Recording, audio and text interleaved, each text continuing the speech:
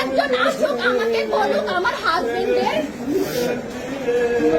যারা মাসে তাদের শাস্তি দিবে। আমি আমার হাজবেন্ডের লাশ নিয়ে যাবো। আমার হাজবেন্ড বেরোছে 2 ঘন্টাও হয় নাই ভাই। 1 ঘন্টার মাথায় 1 ঘন্টা তাও সেখানে আছে যেখানে আছে। 1 ঘন্টার মাথায় কেন ওকে মারবে? ওকে বাসা থেকে বের হতে পারবে না? বাসা কোথায় ছিল আপনার? আমার বাসা রায়েরবাগ মোহাম্মদবাগ। রায়েরবাগ মোহাম্মদবাগ। উনি কোথায়? না একদম না, বের করবেন না। একদম সাংবাদিক বের করবেন না আপনারা। বের করার মতো রাইট আপনাদের নাই। না ভাইয়া একদম না। আসুক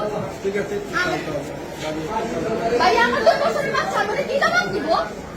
2 বছর মাত্র, জন্মদিনটা গেছে।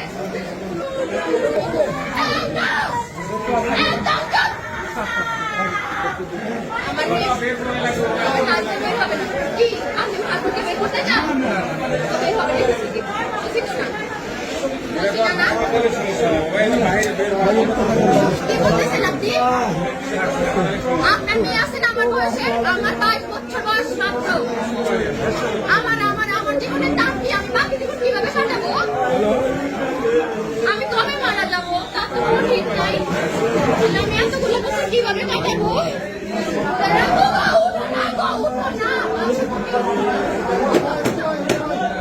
আমি বিধবা।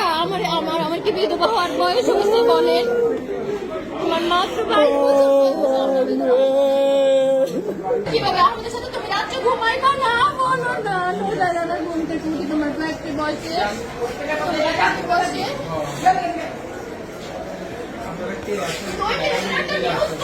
তারপরে তোমার হসপিটাল সব শেষ। শুধু একটা হেডলাইনে লেখা থাকতে উমুক মারা গেছে, কোলাকুলি কেসে। একটু উত্তর দেন না প্লিজ।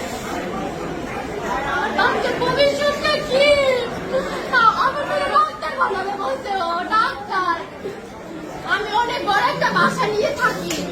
আমার বাসা থেকে বের হয়ে যেতে হবে। আমি ভাড়া ঘর থেকে দিব। নজরে রাখবো। আমরা কিভাবে বাঁচবো? নজরে রাখবো। নজরে রাখবো প্লিজ। উঠে যাও না বাবু, উঠে যাও না তুমি। আল্লাহ নজরে রাখবো। জানো আমার মা কি বলবে? আমার মা নজরে রাখবো। নজরে রাখবো। উঠো না। আমি না তোমার আজের সময় আম কেটে দিচ্ছিলাম।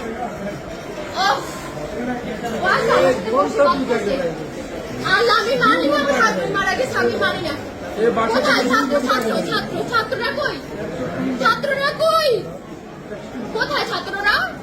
আর প্রধানমন্ত্রী কই? উনি কখন মানবে বিচার? ওদের কখন মানবে? উনি কজন মারা গেলে? তুমি ছাড়া আমাদের কেউ নাই, বিশ্বাস করো।